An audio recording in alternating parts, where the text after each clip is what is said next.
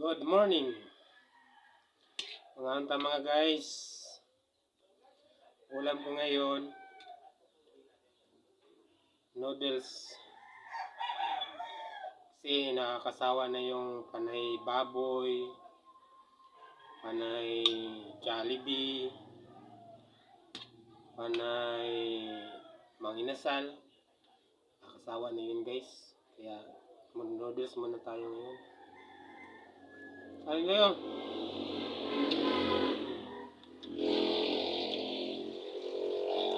Minsan mag-diet din tayo guys kasi nakakasama sa katawan yung kain tayo ng mga masasarap na pagkain. Sabaw muna tayo. Sarap.